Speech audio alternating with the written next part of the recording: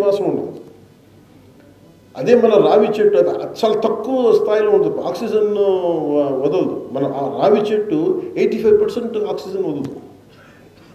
So ఇట్లాగా native స్పీషీస్కి అవకాశం ఇవ్వాలి. వీటన్నిటిని is a part and parcel of biodiversity. వీటిని మేము దృష్టిలోకి తీసుకొస్తున్నాం. ఇవి చట్టబద్ధమైనవి కాకుండా ఇది మన మానవ ధర్మం కూడా. ఈ సందర్భంగా బయోడైవర్సిటీ దినోత్సవం సందర్భంగా ఈ రోజున ప్రతి జిల్లాలో ఒక ప్రభుత్వం తరపు నుంచి గౌరవ ముఖ్యమంత్రి శ్రీ నారా చంద్రబాబు నాయుడు గారి ఆధ్వర్యంలో, ఫారెస్ట్ డిపార్ట్మెంట్ ఆధ్వర్యంలో ప్రతి జిల్లాలో ఒక బయోడైవర్సిటీ పార్క్ని ఏర్పాటు చేస్తాం.